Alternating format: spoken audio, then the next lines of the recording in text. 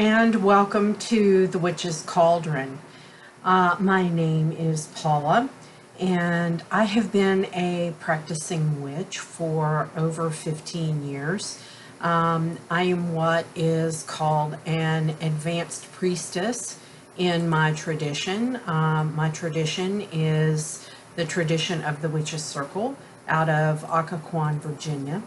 I studied with the Reverend Samantha Harvey, who was the head high priestess of the tradition, and I also studied with head high priest John Morani, who was formerly with the tradition. And with that, I wanted to start the Witch's Cauldron because I wanted to pass some of my knowledge along. I have noticed so many people who are struggling spiritually.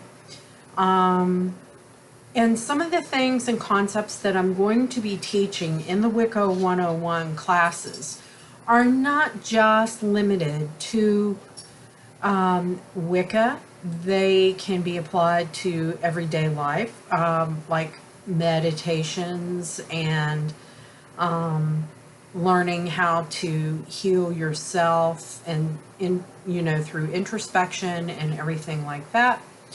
So I welcome everyone. That was the big tenet of my tradition, is that everyone was welcome. We had a very eclectic group of people.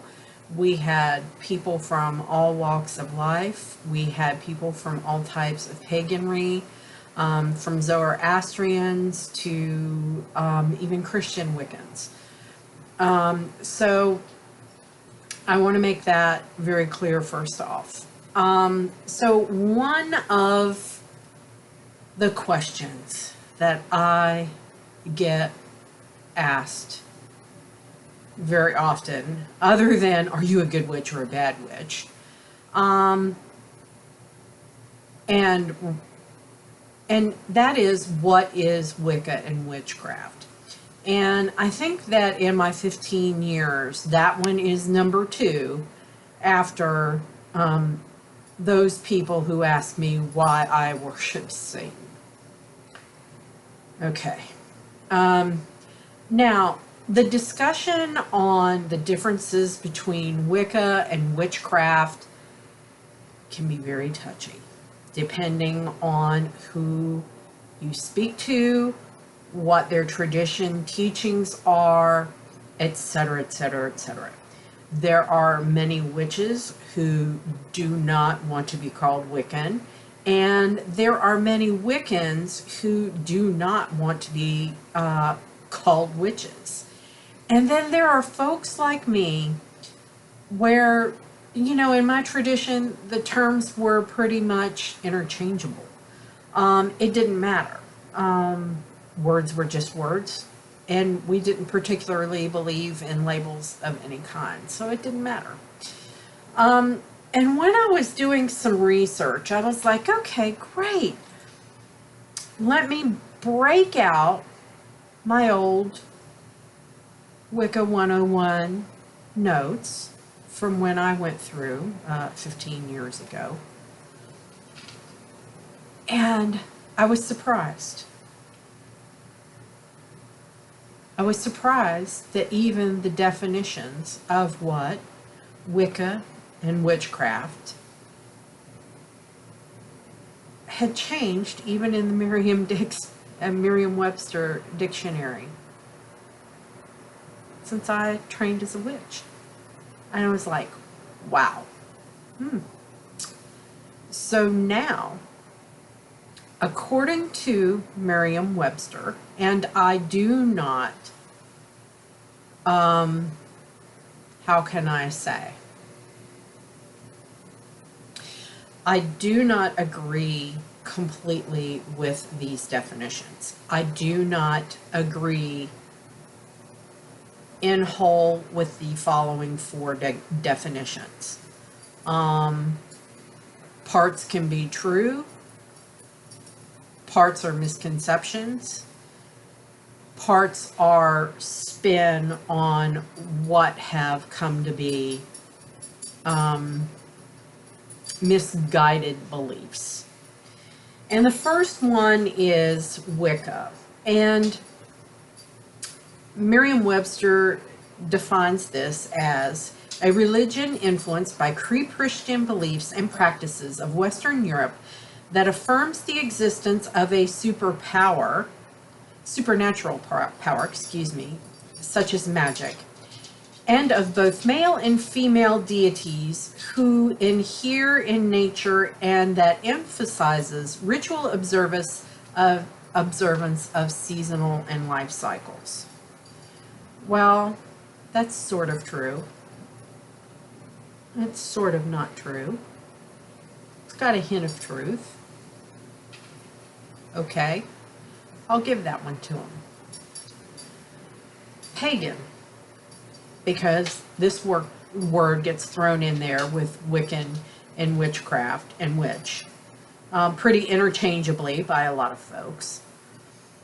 And heathen and that is a standalone word. And then especially a follower of a polytheistic religion, as in ancient Rome. And then 2, one who has little or no religion and who delights in sensual pleasures and material goods, an irreligious or hedonistic person. And then they've added neo-pagan, which is witches, druids, goddess worshippers, and other pagans in America today. And that's Alice Dowd. Then they have witchcraft, the use of sorcery or magic. Well, that's not very definitive. So let's move on. The communication with the devil or a familiar. Not necessarily. And then an irresistible influence or fascination. Okay. You think of Frank Sinatra, you think of the song Witchcraft. You can understand that one. Okay. I'll give that one to him. And witch. Now this one kind of frosted my cookies a lot. The first definition, and this is completely different than it was 15 years ago when I went through my training. The first definition is one that is credited with usually malignant supernatural powers, especially a woman practicing usually black witchcraft, often with the aid of a devil or familiar. Sorceress, compare warlock. The second one is an ugly old woman, a hag. I may be old, but I'm not ugly, and I'm not a fucking hag. Third, a charming or alluring girl or woman. So make up your mind, Webster. Is it an ugly old woman, a hag, or is it a charming and alluring girl or woman? Make up your mind. And the last one is an adherent of Wicca. Now, I'm not really down with any of those definitions too much. So, I'm going to tell you what witchcraft is. Witchcraft is the magical manipulation of energy around you. That means in the universe around you. Not sapping off of other people, but in the universe around you. To bring about change. And this is manifesting change that you want. You as a magical practitioner or witch focus energy through various means, focus that intent, and then broadcast it out to bring about change in the mundane world that you want to see. You just happen to be using supernatural, magical means to bring about and affect that change in the mundane. That sounds a whole lot nicer than what Merriam-Webster has to say. Wicca is a nature-based religion encompassing a wide variety of beliefs, traditions, and practices inspired by many different sources. And that is very, very true. Okay? Now, when you think about it, a lot of people say, oh, well, Wicca's, the craft of the wise. It's been around forever and ever and ever. Hold your horses. Hold your horses. To understand what witchcraft and Wicca are, you have to understand a little bit about history. Okay?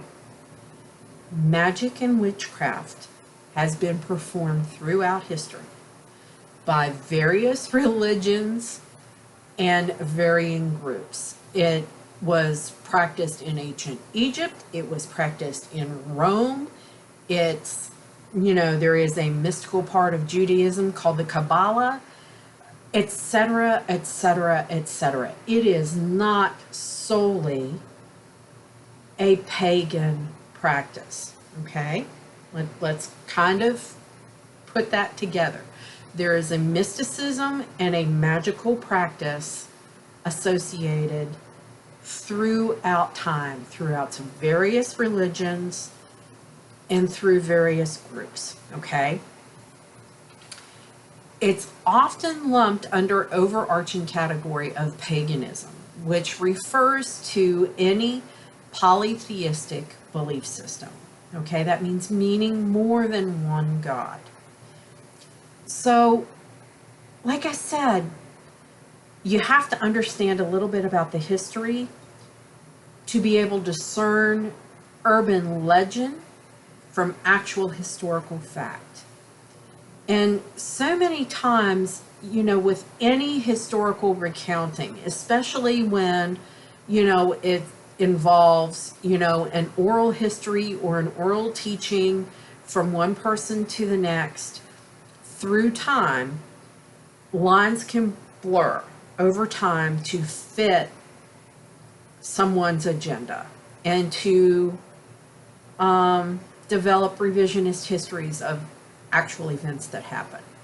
So let's just kind of go through a little bit of a timeline, and I'm not going to go back, into BC. I'm only going to stick to the Common Era.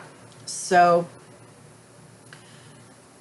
the very first instance that is found, really, in the Common Era of writings of magic is the Romans bringing the mystery teachings into Britain in 43 in the Common Era. It was a long time ago, huh?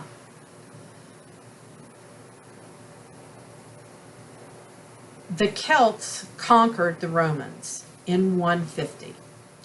And then the Romans then spread the mystery teachings to the Celt farmers. In 312, Christianity becomes the state religion of the Roman Empire. In 410, the Romans withdraw from Britain. And then that is the beginning of the romanticized Celtic religion that then spread throughout Britain. Okay? Around the year 600, the first written mystery texts, including the Taliesin early pagan sources, were found. Okay? In 1215, canon law, papal canon law, excommunicated witches. In 1484, Pope Innocent VII issues the anti-witchcraft papal bull. In 1579, Witchcraft in Early Modern Scotland, King James's Demonology, and the North Berwick Witches was written, and it was published by Lawrence Norman, the editor, Gareth Roberts, the editor, and written by King James. So this is an early work of, but the head of a state, about religion.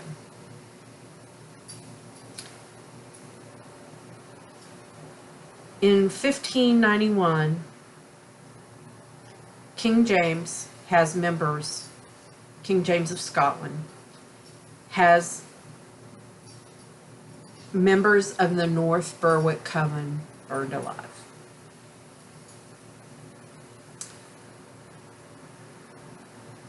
In 1600, the first modern, in other words, dedicated to ritual, Masonic lodges were established in Scotland. In 1603, King James of England then declared witchcraft a crime. In 1688, the Salem witch trials began in the United States, and this was over the ravings of some teenage girls that they now suspect were hallucinating from molded grain.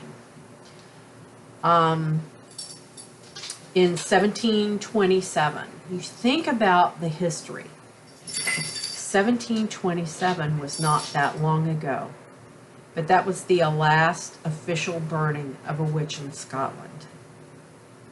In 1736, the Witch Act of 1603 was repealed, and it was replaced with a declaration that witchcraft does not exist. So instead of making it illegal, it just doesn't exist anymore. In 1736, the Witchcraft Act enacted in England, and it ascribed punishments to those who claimed to work magic. In 1824, the Vagrancy Act in England outlawed any acts of divination. So imagine that. That would be tarot, that would be crystal balls, that would be seances, that would be everything.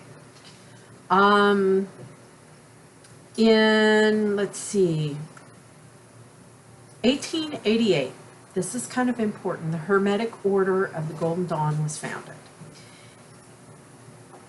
And then in 1899, there was a very kind of, I'm going to call it famous and almost important to Wiccans and witches. It's a very famous text within the community. And it's called Aradia, Gospel of the Witches. And it was by Charles Godfrey Leland. Then, in 1904, Aleister Crowley wrote the Book of the Law. Now, I'm going to get to this in a little bit, but Aleister Crowley does figure rather prominently in Wicca and its forming as a formal religion. It wasn't until 1915, and this occurred in the United States in Texas, that the last known death by mob where a witch was stoned to death. And that occurred in Texas. That was the last known public murder of a witch. Here is another important thing to remember. 1921, a lady named Margaret Murray wrote a theory called the witch cult in Western Europe. And it outlined a theory about ancient goddess traditions, covens of 13, and celebration of 4 Sabbats during the year. And then in 1931, she wrote God of the Witches. It wasn't until 1939 that Gerald Gardner was initiated into an English/Saxon coven. In 1947, he, with Duffo, started a new coven called the New Forest Coven in England.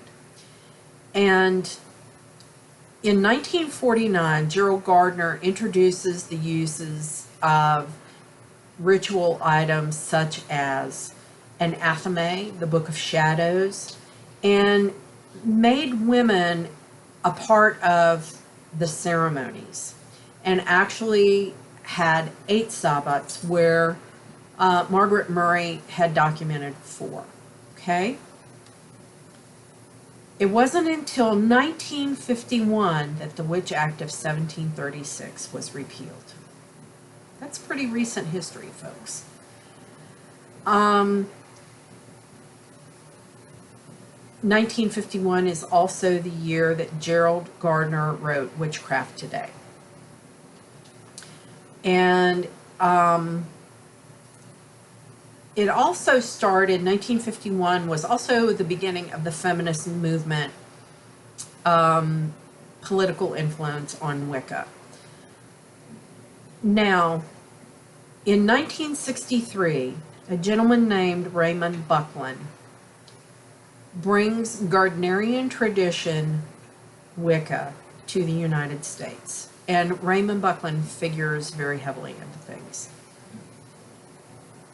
In 1965, Alexander Sanders, who was an initiate of Gerald Gardner, his first coven publishes their Book of Shadows, where before it was pretty unheard of for a coven to publish their Book of Shadows, their book of all their rituals and everything, their ceremonial magic. It was pretty unheard of.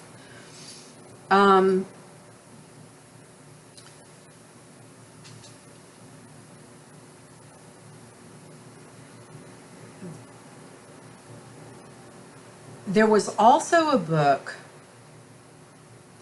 that was written in 1971 that I happen to own, that is by Janet and Stuart Farrar, and it's called What Witches Do, and it's about it's a discussion of the rituals of Gardnerian tradition. Now, for those of you who are existing Wiccans or witches, some of the next things you're probably going to recognize, some of the next writings. In 1972, the Grimoire of Lady Sheba by Jessie Wicker Bell was published. And a grimoire is also like another word for a witch's personal Book of Shadows. That's your, your recipes, your spells, your, incenses, your oils, your potions, all that kind of stuff. In 1975, Doreen Valiente wrote an ABC of Witchcraft, Past and Present, and Natural Magic, and it made self-initiation possible. Now, this is very important for those who are solitary practitioners, because before, this wasn't possible. You had to be initiated into a coven. You couldn't self-initiate. You couldn't do that. There was a famous book in 1979 published called Drawing Down the Moon by Margot Adler. And it also discussed pagan history, but it showed that Wicca was a modern development. That was a focus of the book. Wicca is a modern development. It does not go back centuries and centuries and centuries. It's a relatively modern development. In 1980, the Holy Book of Women's Mysteries introduced the feminist viewpoint to witchcraft. And then in 88, this is one of my favorite books, was published by Scott Cunningham. And it's called Wicca, A Guide for the Solitary Practitioner. And this book really popularized Doreen Valiente's solitary witchcraft and brought it to the United States and started that movement in the United States. Now, for some more recent history, it was not until the year 2007 that the United States Department of Veteran Affairs officially recognized Wicca as a religion and allowed pentagrams to be included on the headstones of veterans, even though there had been state-level Supreme Court decisions dating back to the 80s, and the IRS had recognized Wicca as a religion, and Wiccan organizations could apply for, tax-exempt status under U.S. tax law. The U.S. Department of Veterans Affairs would not allow pentagrams to be inscribed on veteran headstones until they were sued, and the plaintiff won in 2007. So now if you go and drive through a military park, now, such as, I live a stone's throw from Quantico and from Arlington National Cemetery, you would be amazed at how many pentagrams you see carved into the stones, the headstones, of the soldiers and sailors who lost their lives defending this country. So you've got a little bit of history there. Now, to bring it all back, because, like I said, when it comes to oral histories, a lot of times the timelines are blurred to fit agendas, and, things get changed over time, blah, blah, blah. So witchcraft is often referred to as low magic, folk magic, or even hoodoo.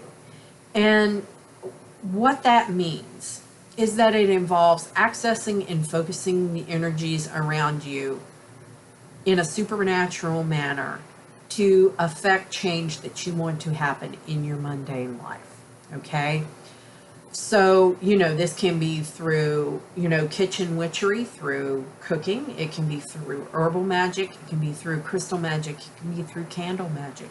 It can be through potions and spells and all kinds of different things, all the way up to tacking that horseshoe above your door to bring good luck. That's a type of folk magic, folks, So I have to give Gardner his props, though, because he was the one who sat down and documented a system of beliefs and ceremonies and rites. And then his Gardnerian Wicca involves being initiated and accepted into that tradition through various degrees, and their ritual, they have what's called high magic, which is ritualized ceremonial magic, where what I do on the daily is low magic. I mean, that is real quick, boom, boom, boom. If anything from making that red light turn green to finding a parking space in a crowded parking lot to, placing a bay leaf in my wallet to make sure that I never run out of money, right? So that's all low magic, where Gardnerian tradition is very ritualized. It's very involved, very specific roles for different levels within the tradition. Now, he made claims that Wicca was based in the old ways. In other words, inferring that his ceremonies were based in ancient, ceremonies, etc., etc., etc. But scholars have absolutely been able to find any documented basis for this type of claim that he made. They just haven't been able to. And I have searched and searched and searched through various scholarly writings and stuff, and if they can't find it, I'm certainly not going to be able to find it. Now, keep in mind that Gardner's version of witchcraft's not the only thing, around. Because there were hereditary witches and other traditionalists that did not care for Gardnerian Wicca or anything to have to do with it. They were less religious and less ceremonial in form. They were sometimes more intellectual in emphasis. And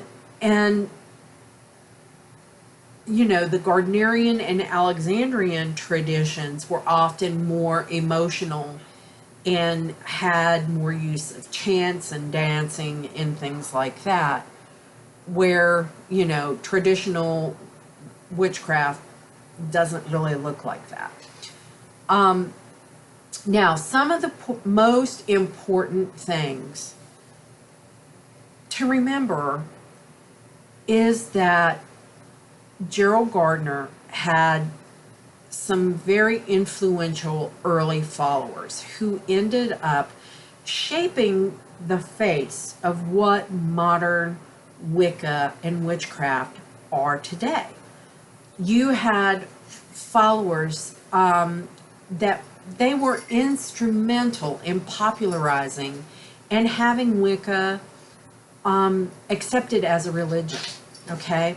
While Gardner documented and formalized the ceremonies and, the initiations and the degrees, and formalized the structure of Wicca, he's also, responsible for coining the term the Book of Shadows to refer to, that collection of writings to document that ceremonial magic in the rituals. Where many witches refer to their collection of spells and recipes for potions and oils and incense, etc., as their grimoire.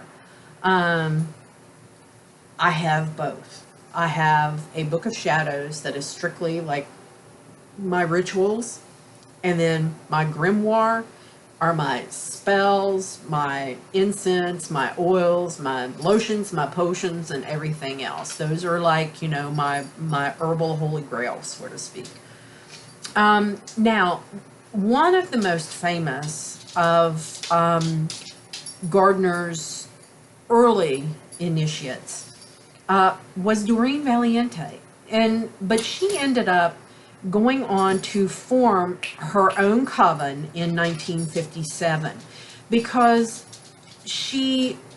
Gardner came out and kind of formally relegated women to like a lesser status, and she didn't appreciate that.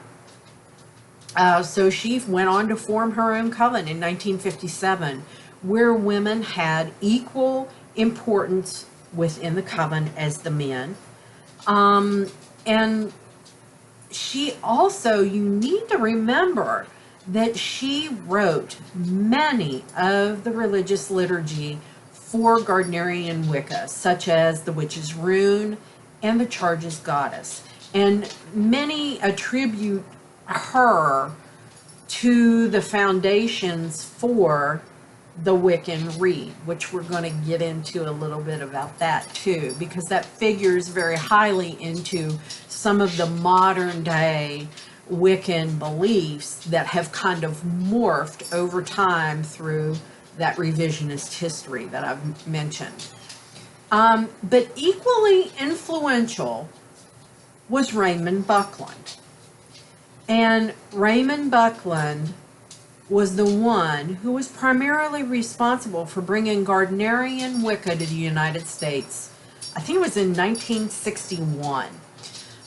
He then went on to form his own tradition that is called Sayax Wicca, and he wrote many, many seminal books that are important references, and many of them sit on my bookcase, and they are revered, well-loved, dog-eared, you know, marked in books in my collection. Those early writings of Buckland's were ones that really set the foundation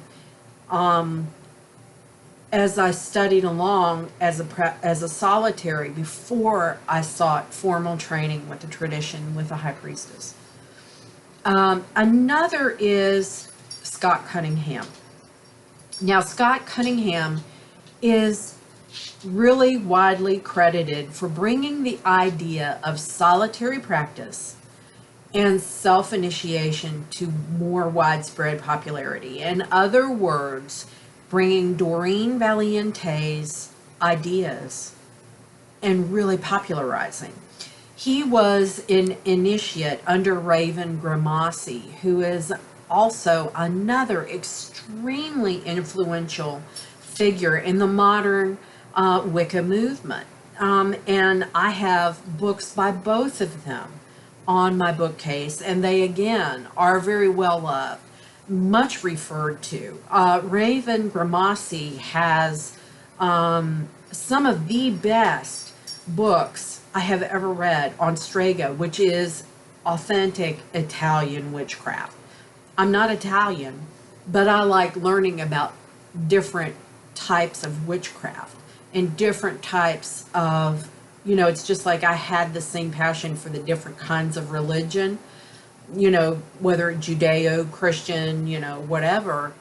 I like learning about the different flavors of witchcraft and Wicca and, you know, witchery in general. So, you know, modern Wicca really became such a melting pot of beliefs. And so, and that freedom encouraged a lot of the sharing of ideas that it's often really difficult to discover what the origins really were. You know, like I said, from one mouth to another, etc. So lines do get blurred. Now,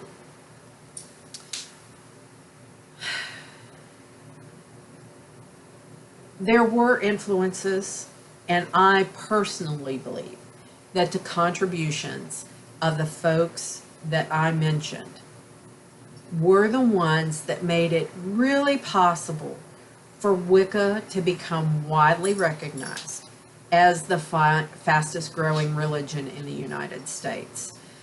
And, you know, the thing is, with me, the most important thing is to remember not, you know, where or by whom you were initiated, but to remember your actual spiritual path and what feels right to you. Okay?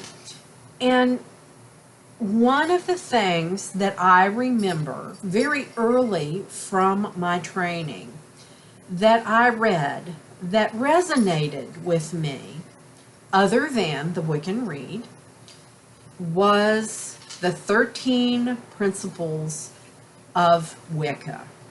And these were developed by a group of American witches that came together through 1973 and 1974 to actually develop these 13 principles that,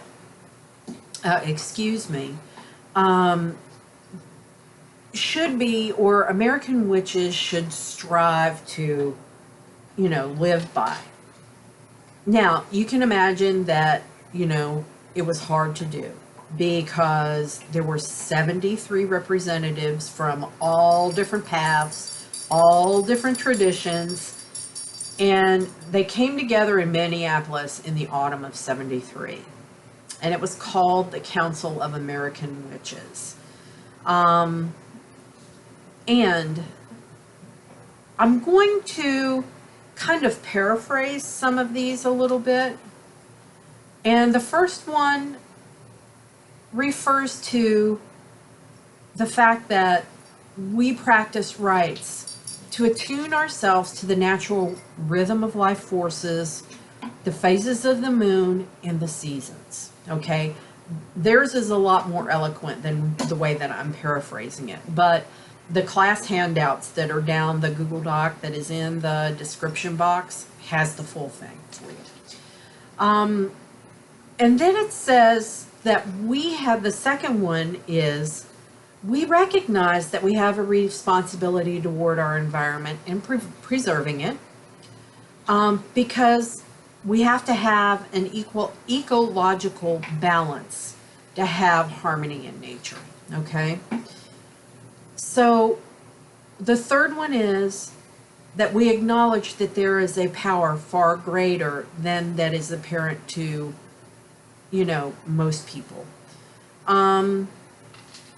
And that's where, you know, most people would term it supernatural, but we, as Wiccans or witches, see it as lying within that which is natural potential to everyone, okay? And the fourth one is the creative power in the universe is manifesting through polarity as masculine and feminine. And that creative power lies in all people and functions through interaction of the masculine and the feminine. And we value neither above the other. Okay? The fifth one, we recognize both outer worlds and inner, or psychological worlds, spiritual worlds, the collective unconsciousness, the inner path, etc.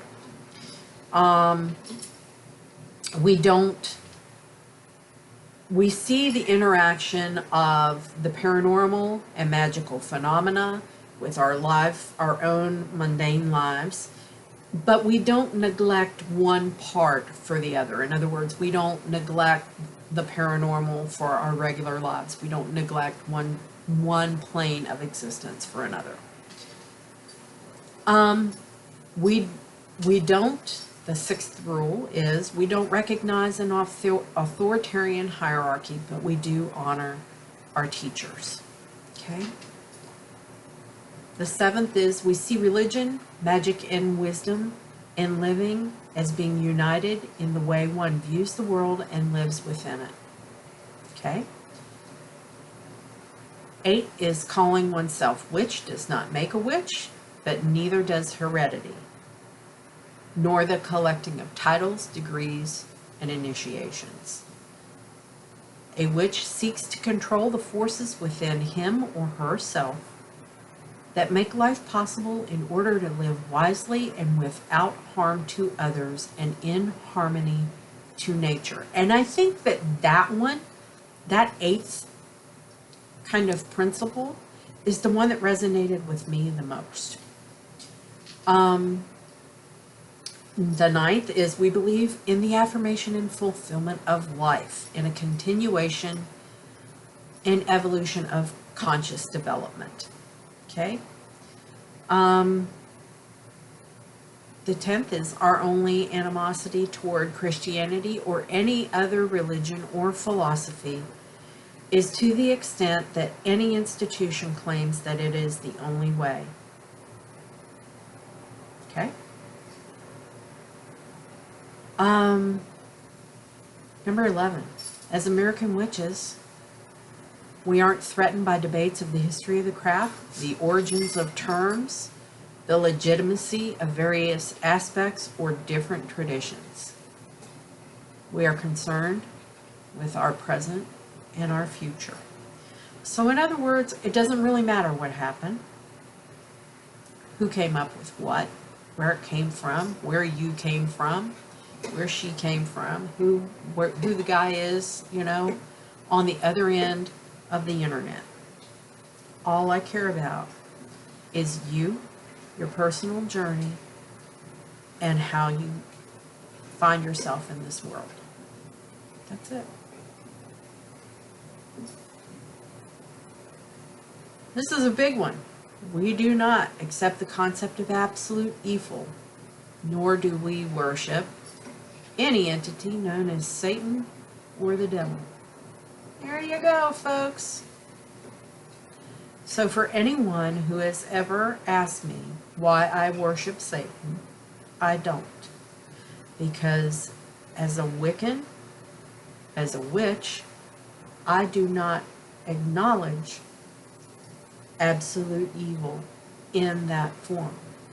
I do recognize the existence of evil in this world, just as I acknowledge the existence of light in this world. For everything good, there is something bad. There is balance in everything. That's just what I've learned by being a witch.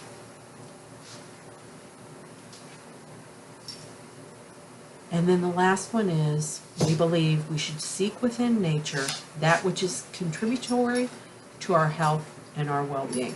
So that is one reason so many Wiccans and witches do their, I have my own home healthcare apothecary. Now that does not mean that I don't go to the doctor. It doesn't mean that I don't, take medications. It doesn't mean that, I don't believe in modern medicine, because I do. But I also know that there are some things that I can treat at home without going to the doctor. I'm from a rural part of West Virginia. We didn't have, doctors on every corner like we do where I live outside Washington, D.C. I learned a lot of stuff about herbs and plants and healing from my dad's mother. So, you learn to use what is around you. For instance, in the country, if you have poison ivy, usually there's a thing called jewelweed, and that's Jewelweed, that is growing not that daggone far away from poison ivy or poison oak, that is equally as effective to get rid of poison ivy and poison oak as poison is to make you itch. Jewelweed, if you know that you've gotten into poison, you can take jewelweed. A lot of people in the country make jewelweed soap. We used to make washes with it. So there you go. So now the big elephant in the room is the Wiccan Rede. Most people know the Wiccan Rede by "and it harm none, do as you will." Well, you're going to be really shocked to hear that nowhere in Gerald Gardner's teachings do those words appear. Nowhere. Nowhere. In fact, those words kind of come out of a speech that Doreen Valiente did, where Gerald Gardner had written,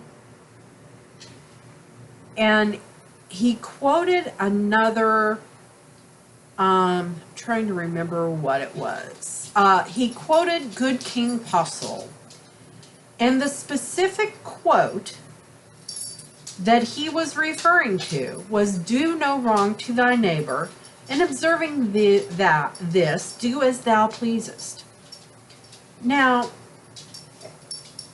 what Gerald Gardner said in, The Meaning of Witchcraft, which was his book that was published in 1959, was, "Witches are inclined to the morality of the legendary Good King Puzzle.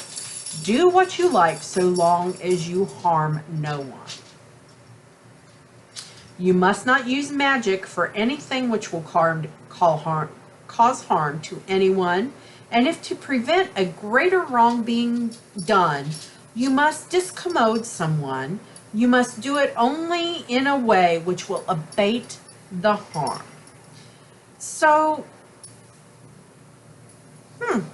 that kind of just swept everything out that everybody has been led to believe for a lot of years. But nowhere did he ever teach that. And in fact, someone that Gerald Gardner was very influenced by was Aleister Crowley.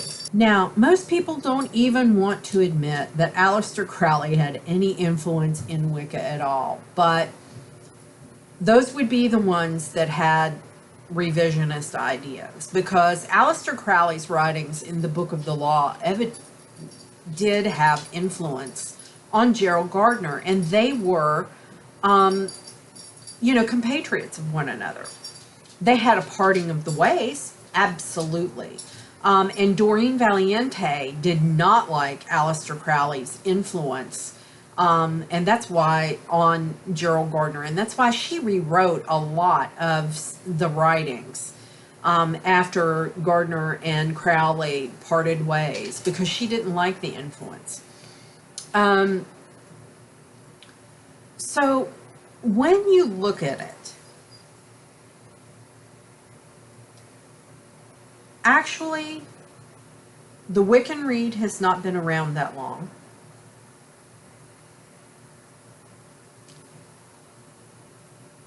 And I believe that the first time Valiente's 8 words was published was in 1964 in the Pentagram, which was a UK newsletter. And then it was also published between 1965 and 66 in The Waxing Moon, which was a newsletter in the United States. But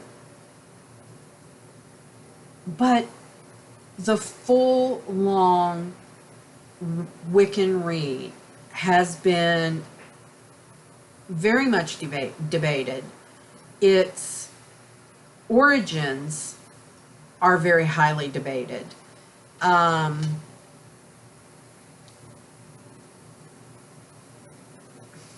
Alex Sanders claimed that his grandmother wrote it. There are others who claim that the writing is others wrote it. It goes on and on. But in fact,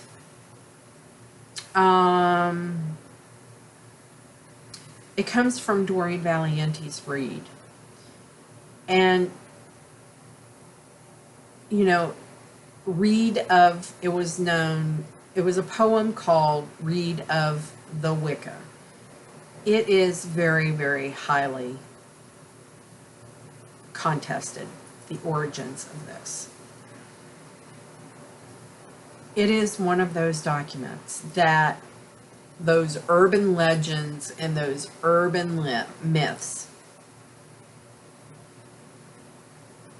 a lot of folks throw it out there, and it harm none, do as you will, without knowing where the origins of those words really come from or where they come from. So I highly suggest that you read the article that is in the handout that really documents the origins. It's a 5-part article by John Coughlin that was published several years ago.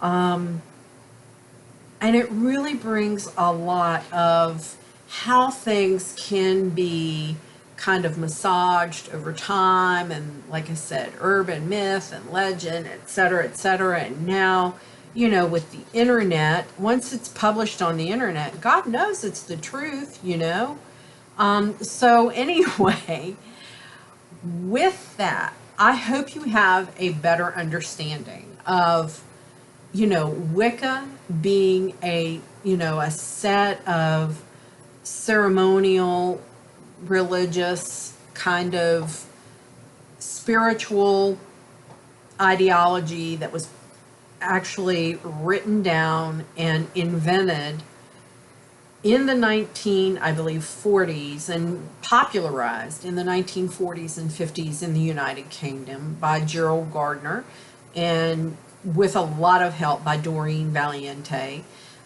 brought to the United States and then also popularized in the 1960s in Australia. That helped another spread of the religion.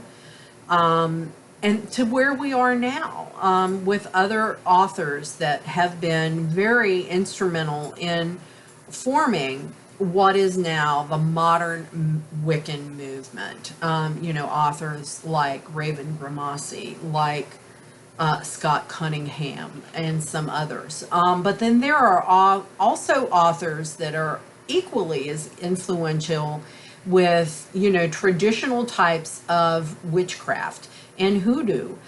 You've got Mama Star Cassis, who has written numerous books on Southern Conjure. You've got Dorothy Morrison, who practices a lot of, everyday hoodoo. One of her books, Everyday Magic, is awesome. I refer to it all the time. And, she had the courage to write and mainstream publish, one of the first book of hexes and curses, called Utterly Wicked. And, she is one of the dearest ladies that I have ever met in my life. But God help you if you ever cross that nice little lady. Because, there is a reason why she wrote that book, and she knows what she's doing. So, and then there's also, Orion Foxwood, who has documented a lot about Southern conjure in the Appalachian culture, which is different than Southern conjure in the Deep South in the United States that Star Cassis writes about. So, it's all about the different flavors that come out. But the thing of it is finding your own path. And over the last 15 years, my path has taken, many twists and turns, but I'm where I am and I'm happy. And that's what I hope for everyone that comes to these and listens to these videos, tunes in for the live streams. The live stream will be on Saturday, August the 11th at 1 p.m. Eastern U.S. time. So be sure to tune into the Witch's Cauldron. The YouTube channel, of course, is here. The Twitter is linked in the description box. That is primarily how I am going to be communicating with everyone. So be sure that you follow us on Twitter to get any kind of updates. And make sure before you go to turn on that notification bell. And make sure you are a Twitter follower so you know when I tweet out, when I go live for the live streams for the classes. Because I go off the script. You know how I am, guys. Okay, everyone, that's it for the first edition. What is Wicca and Witchcraft in the Wicca 101 series. Thank you so much for joining me. And as I will start signing off here from now on, merry we did meet, merry we will part until we merry meet again. Brightest blessings to you all. Walk in love and light, everyone. Goodbye.